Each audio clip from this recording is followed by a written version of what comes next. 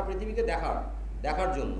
আপনি যদি দেখেন আজকের দিনে প্রত্যেকটি রাজ্য ঋণে, আরও একটা কথা before I leave this place, যে এই টাকাগুলো খরচা হয়েছে যার কোনো রিটার্ন নেই, অথচ এটা সারপ্লাস বাজেটে চলা রাজ্য নয়, লক্ষ লক্ষ কোটি টাকা উধার নিয়ে চলছে, 5,25,000 সামথিং বোধহয় উধার। তার রিটার্ন কি? এই জন্য রিটার্নগুলো হয়নি বলেই তো এই অবস্থা হচ্ছে। আমরা সেখানে একমাত্র জায়গা যে 2.5 গুণ বাজেট তৈরি করে ফেলেছি, সারপ্লাস বাজেটে চলে গেছি, একমাত্র রাজ্য। তা আপনারা রাজ্য না মানলেন, কোনো যায় আসে না, 2 কোটি লোক থাকে, না মানুন, কোনো যায় আসে না।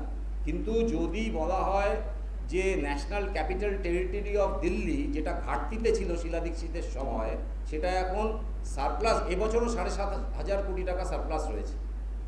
তো এটা চমকপ্রদ তো নয় কি? এটা মডেল নয় কি? কি করে হলো সেটা চিন্তা করুক লোকে।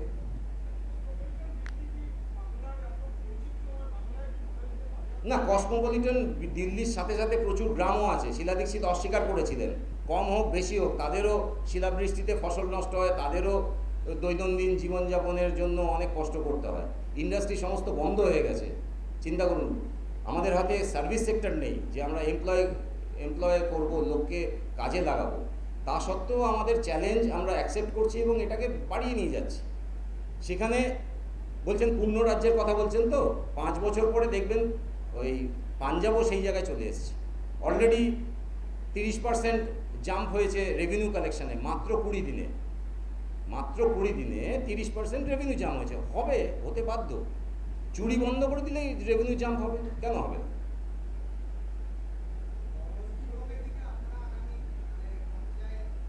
এই কর্মতীর্থ নিয়ে আমরা এবার জেলায় জেলায় গিয়ে ডেপুটেশন দেবো। এটা ভেবে রাখবেন না বসে গেলাম আজকে কলকাতায় হয়ে গেল প্রেস কনফারেন্স মানে বসে গেলাম, তা নয়। হ্যাঁ, দেবো। লোক দেখুন, আমি এখানে কলকাতায় আপনাদের সামনে এসে বক্তব্য রাখলাম, কিন্তু গ্রামের মানুষরা তো বসে নেই আমার কথা শুনবার জন্য, তাদের কাছে পৌঁছতে হবে। বিশেষ করে যেই অঞ্চলে এই কর্মতীর্থগুলো হয়েছে, অ্যাটলিস্ট তার আশেপাশে 2 কিলোমিটারের মধ্যে তো গিয়ে প্রচার করতে হবে যে ভাই এটা একটা জঞ্জাল তৈরি করে রাখা হয়েছে, কর্মসংস্থানের জায়গায় অকর্মের জায়গা তৈরি হয়েছে। তারাই এবার তাদের নেবে, হিসেব বুঝে নেবে। দেখা যাবে, আপাতত এটা তো ঘটনা। আজকে আমার পেটে ভাত নেই, আমার চাকরি নেই, আমার 99 টাকা দিয়ে কেনা যায় ছবিটা, ওই এক্সাক্ট ছবিটাই রাখা হয়েছে, একটু ক্রপ করা হয়েছে, সেম পিকচার। তো যাই হোক, ওটা আমাদের আজকের মেন ব্যাপার নয়। এটা আসছে যে খরচের ব্যাপারটা, কত টাকা খরচা হচ্ছে। বিভিন্ন ডিপার্টমেন্টের সাথে যুক্ত আছেন, এমএসএমই আছে, পিডাব্লিউডি আছে, সেলফ হেল্প গ্রুপ আছে, ইভেন মাইনরিটি অ্যাফেয়ার্স বলেছেন যে 211টা কমপ্লিট হয়েছে, যদিও তারা খরচের কোনো হিসাব দেয়নি। তো মাইনরিটি অ্যাফেয়ার্স বাদ দিলে এমএসএমই, পিডাব্লিউডি এবং সেলফ হেল্প গ্রুপ টোটাল খরচ হয়েছে প্রায় 750 কোটি টাকা। তো আমরা আন্দাজ করছি যে মাইনরিটি অ্যাফেয়ার্স গ্রুপকে যদি জুড়ে দিই প্রায় 1000 কোটি টাকার কাছাকাছি বিগত 6-8 বছরে খরচা হয়েছে। আন্দাজ করে নিচ্ছি, এর বেশিও হতে পারে, কম হওয়ার চান্স খুব কম আছে। এরপর আমাদের টিম জেনারেলি খুব ইন্টারেস্টেড হয় ব্যাপারটা নিয়ে, যে 1000 কোটি টাকা খরচা করে একটা এমপ্লয়মেন্টের গ্রাম বাংলা যুবক যুবতীদের জন্য যদি করা হচ্ছে, তাহলে খুব ইন্টারেস্টিং ব্যাপারটা দেখা যায়। তো একটা কম্পারিজন আমরা কর্মে রাখছি, সেটা হচ্ছে যে বামনগোলাটা আপনারা দেখলেন মালদাতে, এটা ছিল ওয়েবসাইটে, যেটা আপনারা কলকাতায় বসে দেখতে পাবেন। আর এটা হচ্ছে আমাদের নিজেদের তোলা ছবি, আমাদের নিজেদের যারা কর্মী সমর্থক আছে তাদের তোলা ছবি। এখানে জেনারেলি বুঝতে পারছেন ভেতরে যাওয়া যাচ্ছে না, বাইরে পুরো খড়ের কাদা স্তূপের মতো আছে এবং টোটালটাই জাস্ট বিল্ডিং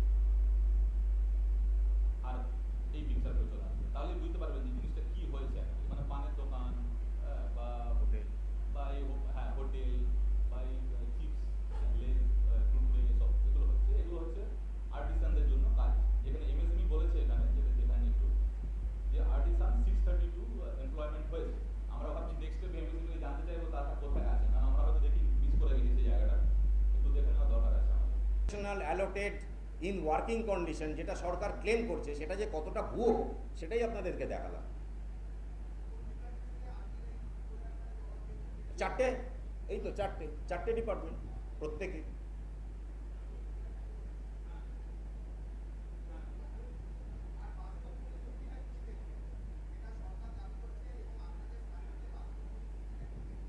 ছবি তো দেখালাম, এটা একটা ধ্বংসস্তূপে পরিণত হয়েছে, জঞ্জালে পরিণত হয়েছে। না জল আছে না বিদ্যুৎ আছে। আর যেগুলো চালু হয়েছে তার মধ্যে হোটেল, পানবিড়ির দোকান, টেলারিং শপ আর কিছু সেলুন।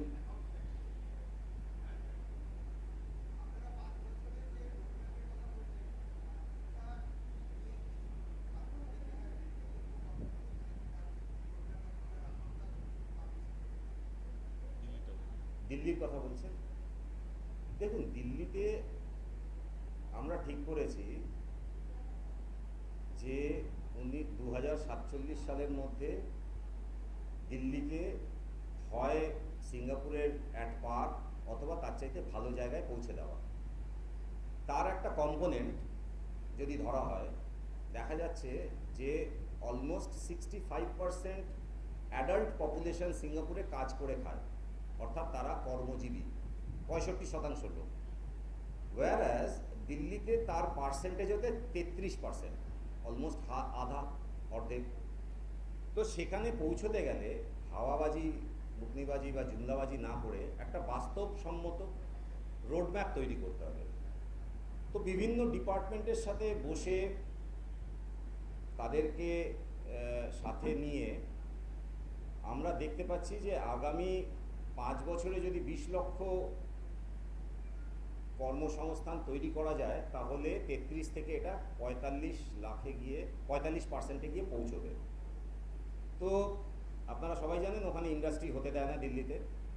তার জন্য কী হবে, ট্রেড এবং সার্ভিস ওরিয়েন্টেড ইন্ডাস্ট্রি যারা রয়েছে, মার্কেট যেগুলো রয়েছে, কাপড়ের মার্কেট রয়েছে, সেগুলোকে বিশ্বস্তরীয় জায়গায় নিয়ে যাওয়া হবে আগামী 5 বছরে। এবং তার সাথে অ্যাসোসিয়েটেড যে সমস্ত সার্ভিসেস আছে তাদের কর্মসংস্থান তৈরি হবে। অনেক ধরনের ব্যবস্থা হয়েছে। আমরা যদি বলি ফুড কোর্ট থেকে শুরু করে ইনোভেটিভ ওয়েতে একের পর এক পুরো প্রেজেন্টেশনটা আমরা পিপিটি ফাইল দিয়ে দেবো, পড়ে নেবেন। এটা নিয়ে পালিয়ে যাচ্ছি না, এটা পাবলিক ডোমেনে আসবে। ভাওতাবাজি মানে যেটা স্বীকার করছে গভর্নমেন্ট, বলছে 2018-তে ফেব্রুয়ারি মাসে এটা অপারেশনাল। আজকেও ওয়েবসাইটে গিয়ে দেখুন, প্রথম কথা দেখুন, পশ্চিমবঙ্গে যে কোনো একটা স্কিম চালু হয় ইন্টারলিঙ্ক করে দেওয়া হয়, 4-5টা ডিপার্টমেন্টকে তার সাথে জুড়ে দেওয়া হয়। এখানেও দেখবেন জুড়ে দেওয়া হয়েছে, কেউ কোনো জবাবদিহি করে না। এ ওর ঘাড়ে বল ফেলে, ও তার ঘাড়ে বল ফেলে। তো সেখানে যা ক্লেম করছে কোনো একটি ডিপার্টমেন্ট, তার বাস্তব চিত্র তো আপনারা দেখলেন। কর্মতীর্থ না অকর্মতীর্থ সেটা তো আপনারা নিজেরাই দেখলেন, ওর সঙ্গে মিলিয়ে দেবেন। বাদবাকি যে জায়গাগুলো আছে সেখানেও যেতে পারেন আপনারা, দেখুন গিয়ে। আমরা তো ইনভেস্টিগেটিভ জার্নালিজমের কাজটা আমরাই করলাম, করে দেখালাম আপনাদেরকে। গিয়ে দেখুন এটা সত্যি ঘটনা না ভাওতাবাজি, নিজের চোখেই প্রমাণ পেয়ে যাবেন। না সরকার, আমরা মনে করছি না, সরকার জবাব দিচ্ছে। আরটিআই করে তো এমনিতে জবাব পাওয়া যায় না। 1.5 বছর ধরে খাটতে হয়েছে, এদিক ওদিক ধাক্কা খেতে হয়েছে। খালি খালি চিঠিও পাঠিয়ে দিয়েছিল, ভেতরে কিছু ছিল না তার মধ্যে, খালি খামটাই পাঠিয়ে দিয়েছিল। যাই হোক, তো খুঁজে পেতে যা দেখতে পাচ্ছি তাতে 778 কোটি 750 কোটি টাকার মতো রয়েছে, যেটা জবাব দিয়েছে। বাদবাকি জায়গায় জবাব দেয়নি, কারণ এর মধ্যে পঞ্চায়েত দপ্তরও ইনভলভ হয়ে গেছে। মাইনরিটি ডেভেলপমেন্ট মিনিস্ট্রি বা ডিপার্টমেন্টও ইনভলভ হয়েছে। তো আসল যে খরচা সেটার শ্বেতপত্র সরকার জারি করুক, বোঝা যাক কত টাকা খরচা হয়েছে। যদি ক্ষমতা থাকে তো করা উচিত তাদের।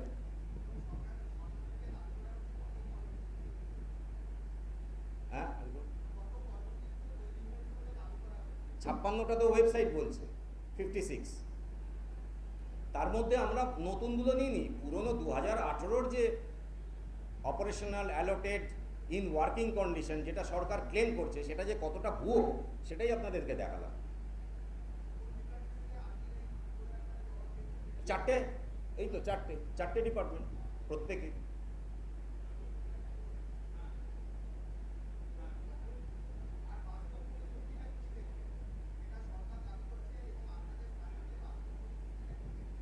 ছবি তো দেখালাম, এটা একটা ধ্বংসস্তূপে পরিণত হয়েছে, জঞ্জালে পরিণত হয়েছে। না জল আছে, না বিদ্যুৎ আছে। আর যেগুলো চালু হয়েছে তার মধ্যে হোটেল, পানবিড়ির দোকান, টেলারিং শপ আর কিছু সেলুন।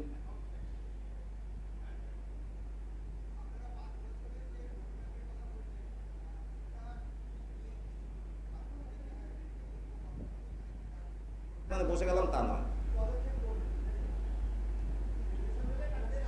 হ্যাঁ, দেবো দেবো। লোক দেখুন, আমি এখানে কলকাতায় আপনাদের সামনে এসে বক্তব্য রাখলাম, কিন্তু গ্রামের মানুষরা তো বসে নেই আমার কথা শুনবার জন্য, তাদের কাছে পৌঁছতে হবে। বিশেষ করে যেই অঞ্চলে এই কর্মতীর্থগুলো হয়েছে, অ্যাটলিস্ট তার আশেপাশে 2 কিলোমিটারের মধ্যে তো গিয়ে প্রচার করতে হবে যে ভাই এটা একটা জঞ্জাল তৈরি করে রাখা হয়েছে, কর্মসংস্থানের জায়গায় অকর্মের জায়গা তৈরি হয়েছে। তারাই এবার তাদের ইয়ে নেবে, হিসেব বুঝে নেবে। সে দেখা যাবে, সে দেখা যাবে। আপাতত এটা তো ঘটনা। আজকে আমার পেটে ভাত নেই, আমার চাকরি নেই, আমার কর্মসংস্থান নেই, বাদ বাকি তো ছাড়ুন, আগে তো কিছু তো দরকার খাবারের। তো এইরকমভাবে যদি 9-6 হয় টাকা, তাহলে কি করে হবে? এটাই হোক, 1000 লোকের চাকরি হোক না, দরকার নেই, আমাদেরকে ভোট দিতে হবে না, আমরা আসবো না। আমরা বলছি কাজের রাজনীতি। Let's change the politics. This is the nuisance of politics. আমি দেখেই যাচ্ছি এগিয়ে বাংলা, এগুলো এগিয়ে বাংলা। আপনি দেখান তো, আমরা মহল্লা ক্লিনিক আমাদের রাস্টেড আউট হয়ে গেছে, ভেঙে গেছে, হসপিটাল পড়ে গেছে, স্কুল ঝরে পড়ছে। এটা তো দেখতে হবে না? দেখা যাক, দেখা যাক। সংগঠন হচ্ছে, মানুষ চাইলে আসবে। নির্বাচনে না লড়েও অনেক কিছু করা যায়। আজকের লোকের মুখে মুখে বিদ্যুতের ফ্রিতে বিদ্যুৎ দেবো বলে রাজনৈতিক দলেরা বলা শুরু করেছে। চলুন, কিছু তো হয়েছে, let's change it. Attitude change করতে হবে, তবেই চেঞ্জ হবে।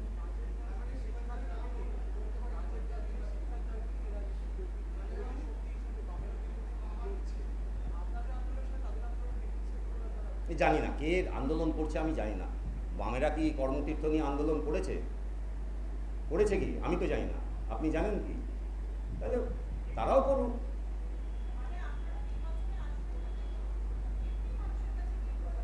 মানুষ চাইলেই আসবো, কেন আসবো না? লক্ষ্য নিয়ে চলতে হবে, তাই না? লক্ষ্য রয়েছে। মানুষ যদি চায়, যেখানে যেখানে আসছে আমাদের সারা, সেখানে লড়বো। একটু বলুন। তীর্থ স্কিমটা নিয়ে আমরা বলবো আজ। প্রেজেন্টেশনটা ইংলিশে আছে, কিন্তু বলবো বাংলায়।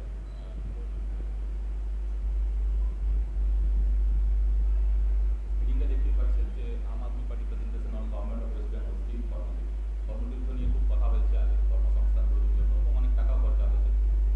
তার নেট আউটকাম কি, সেটাই আজকের এই আলোচনার মূল বিষয়বস্তু। তো আমরা প্রথমে যাব যে স্কিমটা কি, যদিও আপনারা সবাই জানেন, তো তাও একটা আমরা ওভারভিউ দেবো। তারপর গভর্নমেন্টের ক্লেমসগুলো যেগুলো আছে, কী কী ক্লেম করেছেন বিগত 6 বছর 8 বছর ধরে, আর রিয়েলিটি, অন গ্রাউন্ড রিয়েলিটি যেটা, ইনফ্রাস্ট্রাকচার, এমপ্লয়মেন্ট জেনারেশন নিয়ে। ঠিক আছে, তো ওভারভিউ হিসাবে এটা ছিল যে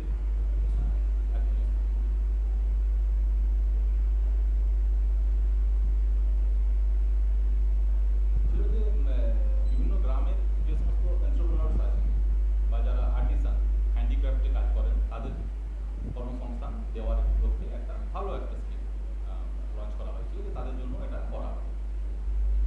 2014 সালে লঞ্চ হয়েছিল। এটা বলা হয়েছিল যে যারা ভিলেজ এন্টারপ্রেনার্স, তাদের প্রোডাক্ট ডাইরেক্টলি রুরাল কনজিউমারদের কাছে পৌঁছে দেওয়া হবে এবং কর্মসংস্থানের একটা বিশাল রাস্তা খুলে যাবে। তো এখানে একটা আছে গভর্নমেন্ট ক্লেম, যেমন দেখতে পাচ্ছেন এখানে মালদার একটা কর্মতীর্থ, বামনগোলা। ওটা আসেনি এখন। হ্যাঁ হ্যাঁ হ্যাঁ হ্যাঁ, এই ছবিটা ওয়েবসাইটে আপনারা দেখতে পাবেন, দেওয়া আছে খুব সুন্দর করে, এবং কতগুলো কর্মতীর্থ তৈরি হয়েছে, কত এমপ্লয়মেন্ট জেনারেট হয়েছে, সমস্ত কিছু ইনফরমেশন ওয়েবসাইটে সুন্দর আছে। কারণ ডিজিটাল ব্যাপার, তো ডিজিটালে দেওয়া হয় সেটা, যে কত টাকা কটা চলছে ফাংশনাল। এখানে একটা লিস্ট আছে, এই লিস্টটা যেহেতু পাবেন পুরো প্রেজেন্টেশনটা, জাস্ট আমি দিয়ে রেখেছি কতগুলো ফাংশনাল। এবং এই ফিগারটা খুব স্ট্যাগারিং, একটা ইন্টারেস্টিং পয়েন্ট, যে পুরো পশ্চিমবঙ্গ জুড়ে ছড়িয়ে আছে কর্মতীর্থ, এবং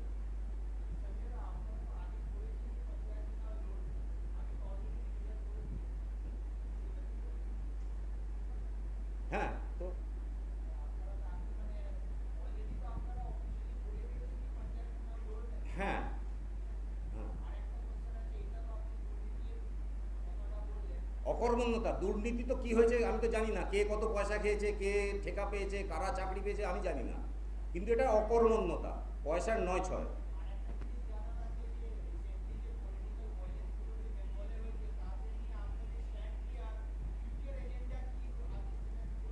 রাজনীতি বদলে গেলে আর এগুলো হবে না, খাওয়াখাবি হবে না। যেখানে কেন আপনার পৌরসভা বা পঞ্চায়েতে মারামারি হয় জানেন? কেন হয় জানেন? ওখানে দুর্নীতিটা রয়েছে, সেই জন্যে। দুর্নীতি সরে গেলেই এই সমস্ত হিংসা বন্ধ হয়ে যাবে। মানুষ চায়, হিংসে চায় না। মানুষ হিংসে চায় না। আপনি আপনার পাড়ায় ফিরে যান, আজকে আপনার পাড়ায় বা গ্রামে ফিরে যান, 1000 জন যদি থাকে সেই ব্র্যাকেটে 2 জন থেকে 3 জন বাহুবলী সবাইকে দাবিয়ে রাখে। যখন ওই 1000 জনের মধ্যে 700 জন দাঁড়িয়ে যাবে, ওই 2 জনে চুপচাপ হয়ে যাবে। গুন্ডাগিরি মাফিয়া পাঞ্জাবে কি ছিল না? ছিল। কই আটকাতে তো কেউ পারলো না। মানুষ এগিয়ে এসছে, মানুষ ভোট দিয়েছে। দিল্লিতেও ছিল একসময়। তো এগোতে হবে। Thank you.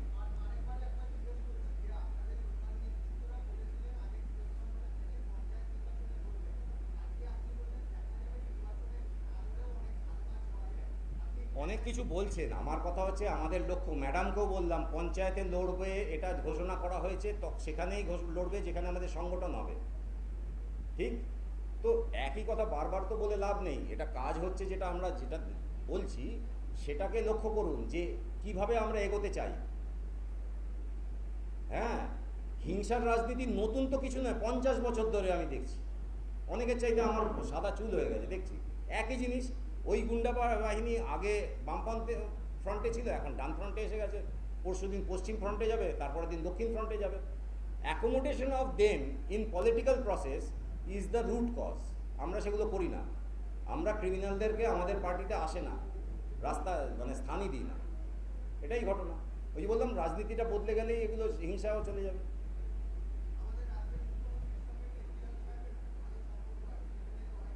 এম.কে. স্টালিনের সঙ্গে রয়েছে, পিনায়ার বিজয়নের সাথে রয়েছে, মানিক বাবুর সাথে রয়েছে। কি হয়েছে মানে পানের দোকান বা হোটেল বা এই হ্যাঁ হোটেল বা এই চিপস লেস কুরকুরে এসব এগুলো হচ্ছে আর্টিসানদের জন্য কাজ। যেখানে এমএসএমই বলেছে এখানে যেটা যেখানে একটু যে আর্টিসান 632 এমপ্লয়মেন্ট হয়েছে। আমরা ভাবছি নেক্সট স্টেপ এমএসএমই থেকে জানতে চাইবো তারা কোথায় আছে, কারণ আমরা হয়তো দেখি মিস করে গেছি সেই জায়গাটা, একটু দেখে নেওয়া দরকার আছে আমাদের যে কোথায় ঠিক আর্টিসানরা এমপ্লয়েড হয়েছে বা কাজ করছে। এটা গঙ্গারামপুর, ইসরায়েল, এটাও সাউথ দিনাজপুর।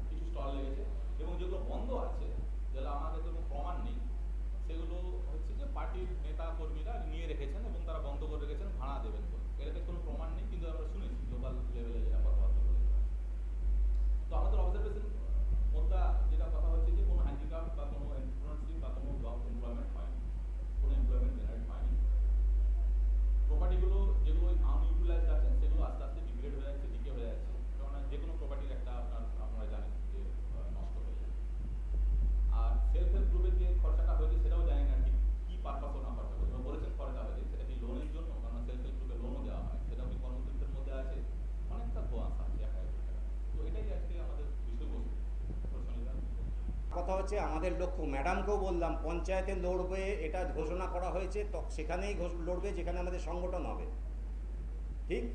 তো একই কথা বারবার তো বলে লাভ নেই, এটা কাজ হচ্ছে, যেটা আমরা যেটা বলছি সেটাকে লক্ষ্য করুন যে কিভাবে আমরা এগোতে চাই। হ্যাঁ, হিংসার রাজনীতি নতুন তো কিছু নয়, 50 বছর ধরে আমি দেখছি। অনেকের চাইতে আমার সাদা চুল হয়ে গেছে দেখছি, একই জিনিস। ওই গুন্ডা বাহিনী আগে বামপন্থে ফ্রন্টে ছিল, এখন ডান ফ্রন্টে এসে গেছে, পরশুদিন পশ্চিম ফ্রন্টে যাবে, তারপরের দিন দক্ষিণ ফ্রন্টে যাবে। Accommodation of them in political process is the root cause. আমরা সেগুলো করি না, আমরা ক্রিমিনালদেরকে আমাদের পার্টিতে আসে না, রাস্তা মানে স্থানই দিই না, এটাই ঘটনা। ওই যে বললাম, রাজনীতিটা বদলে গেলেই এগুলো হিংসাও চলে যাবে।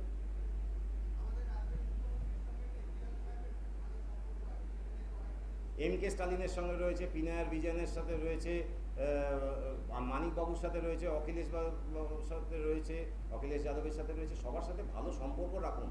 সম্পর্ক খারাপ করার জন্য রাজনীতি মানে এই নয় যে সম্পর্ক খারাপ করে লড়াই করো। ওই ছোটোবেলায় শুনতাম লড়াই লড়াই লড়াই চাই, লড়াই করে ভেঙে, মানে একটা অ্যাগ্রেসিভ। আরে কাকে মারছো, কাকে ভাঙছো, ভেঙে দাও, গুড়িয়ে দাও, নিপাত যাক নিপাত যাক। কিছু হয়েছে আজ পর্যন্ত? সব বন্ধ হয়ে চলে গেছে। Let's change that attitude. প্রচণ্ড ফাস্ট দুনিয়া এগিয়ে যাচ্ছে, আপনি বারবার একটা লোককে বোকা বানাতে পারবেন না। এগুলো বোকা বানানোর খেলা চলছে। এই এক পলিটিক্যাল প্রসেসে এক সেট অফ পিপল, এদিক থেকে ওদিকে, ওদিক থেকে এদিকে, এই চলছে।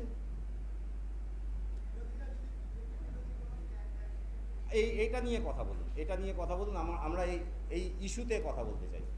এই ইস্যুটা হচ্ছে মানুষের দৈনন্দিন জীবনের ইস্যু। এরকম আরও ইস্যু আছে, আপনারা খোঁজ করুন, আমরা তো আগামী দিনে আনবো, আরও আছে। সরকারের অকর্মণ্যতা যদি না তুলে ধরতে পারেন, তাহলে সরকার 4 বছর ধরে এইরকমই উৎসব, মোৎসব, কাপ, অমুক কাপ, তমুক কাপ করে চালিয়ে যাবে।